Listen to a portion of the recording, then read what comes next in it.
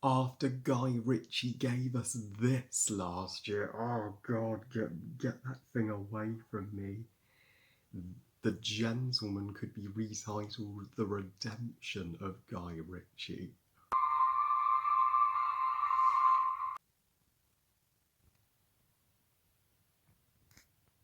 The Gentleman, directed by Guy Ritchie, and is the 2020 gangster movie. The Gentleman tells the story of, played by Matthew McConaughey, and his rise to becoming wealthy by setting up this empire in London.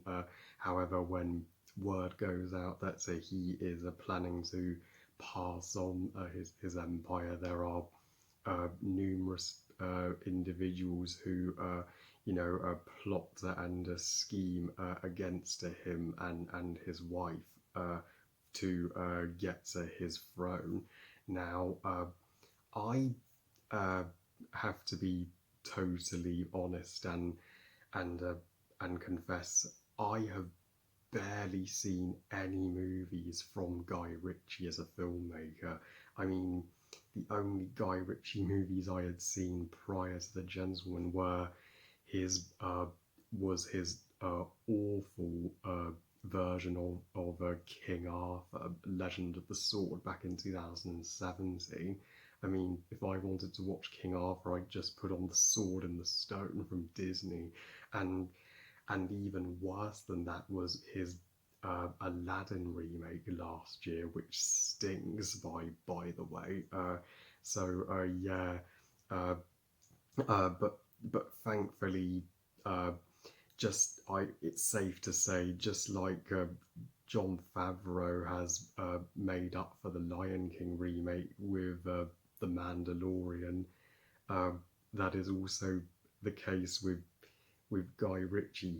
He has made up for the Aladdin remake with The Gentleman, and he has returned to form. Don't get me wrong, I'm not saying Guy Ritchie is Martin Scorsese by any means, but this is the kind of movie he does best, a British version of Grand Theft Auto, and The Gentleman is not even close to a perfect movie, and far from it will never go down in history as well. The great gangster movies of cinema like The Godfather, but I still highly enjoy The Gentleman. It's the biggest guilty pleasure of 2020 for me.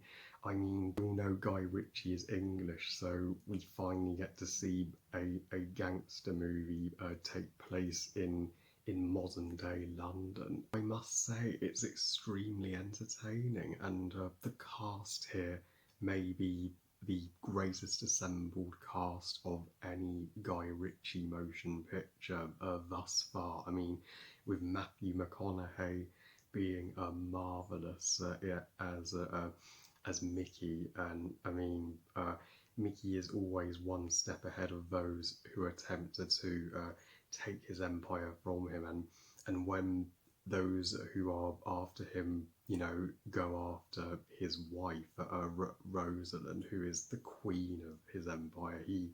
I mean, I mean, nothing prevents him from saving her life. I mean, I love how she is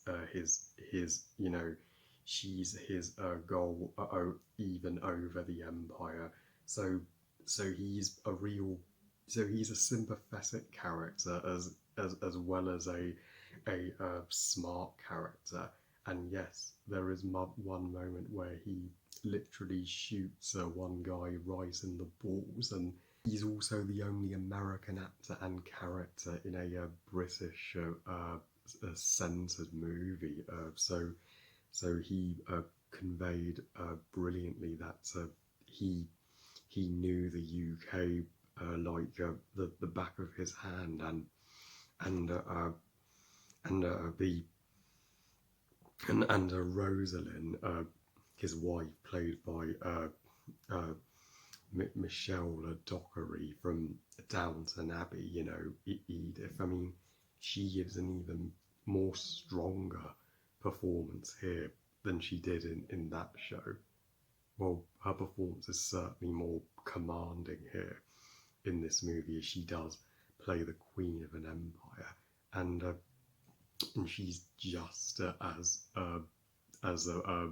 you know confident and a badass as her husband, and she puts on a London Cockney voice like "I dare ya," and the most surprising performance for this in this movie would be Hugh Grant as Fletcher.